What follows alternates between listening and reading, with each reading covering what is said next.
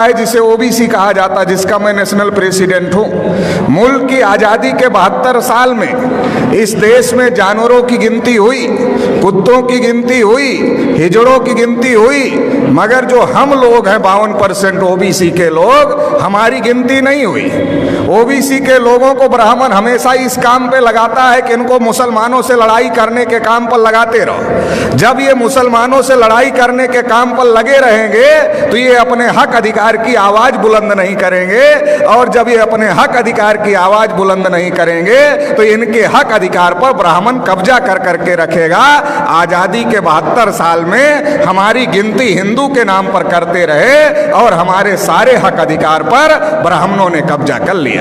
1992 में जब मंडल कमीशन का मामला खड़ा हुआ था, ओबीसी के लोग अपने हक अधिकार की लड़ाई लड़ रहे थे, तो ब्राह्मणों ने बाबरी मस्जिद का मामला खड़ा कर दिया, राम जन्मभूमि का मामला खड़ा कर दिया, और ओबीसी के लोगों को बाबरी मस्जिद के मामले में आगे कर दिया, राम जन्मभूमि के मामले में आगे कर दिया।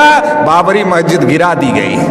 और जो ओबीसी की नौकरियां थी, जो 12 करोड़ नौकरियां ओबीसी को मिलने वाली थी, वो ओबीसी को नहीं मिली, उस पर ब्राह्मणों का आज भी कब्जा है। और मुसलमानों की मस्जिद चली गई, मतलब हमारी नौकरियां चली गई, आपकी मस्जिद चली गई, और रिजल्ट आया ब्राह्मणों के फेवर में, मंदिर बन गया।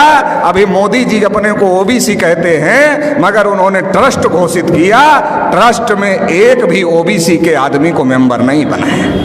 जब मुसलमानों से लड़ना है तब हम हिंदू हैं, जब हम अपने हक अधिकार की बात करते हैं तब हम हिंदू नहीं हैं। मुसलमानों से लड़ाने के लिए हमको हिंदू बनाते हैं, और इस देश में हिंदू है कौन?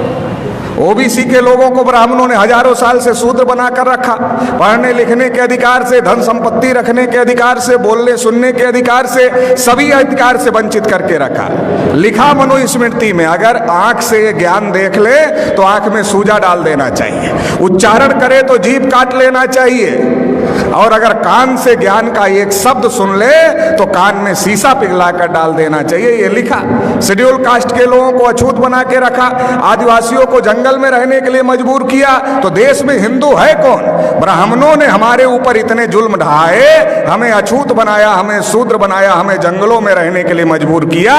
तो हमारा धर्म और ब्राह्मण का धर्म एक नहीं हो सकता, हम हिंदू नहीं है। आप रामायण पढ़ लो, महाभारत पढ़ लो, गीता पढ़ लो, वेद पुराण पढ़ लो, श्रुति स्मृति पढ़ लो, कहीं पर भी हिंदू लिखा हुआ नहीं है, क्योंकि ये हिंदू हिंदी भाषा का शब्द नहीं है, ये हिंदू संस्कृत भाषा का भी शब्द नहीं है, ये पर्शियन भाषा का शब्द है, जिसका अर्थ होता है हारा हुआ, नीच, कायर, काला, चोर, गुलाम।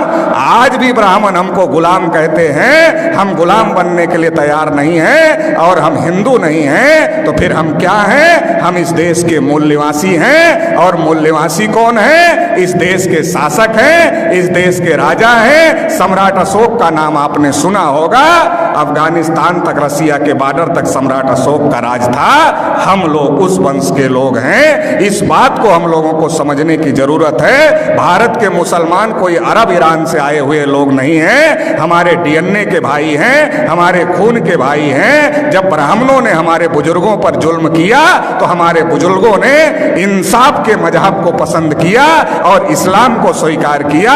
भारत में जो मुसलमान हैं हमारे डीएनए और खून के भाई हैं, इस बात को ब्राह्मण जानता है। इसलिए दंगे में हम मरे या दंगे में आप मरे, ब्राह्मण की सेहत पर कोई फर्क नहीं पड़ता है। हमारे और आपके बीच में ब्राह्मण आ गया है, उसको बीच से हटाना होगा, भाई को भाई से गले लगना होगा।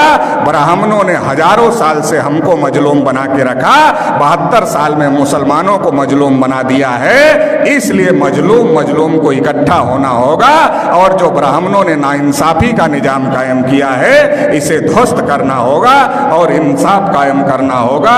इंसाफ की इस लड़ाई में आप साथ देंगे, इतना ही कहते हुए आपने मुझे सुना, इसके लिए आभार, धन्यवाद। जय मुर्मू।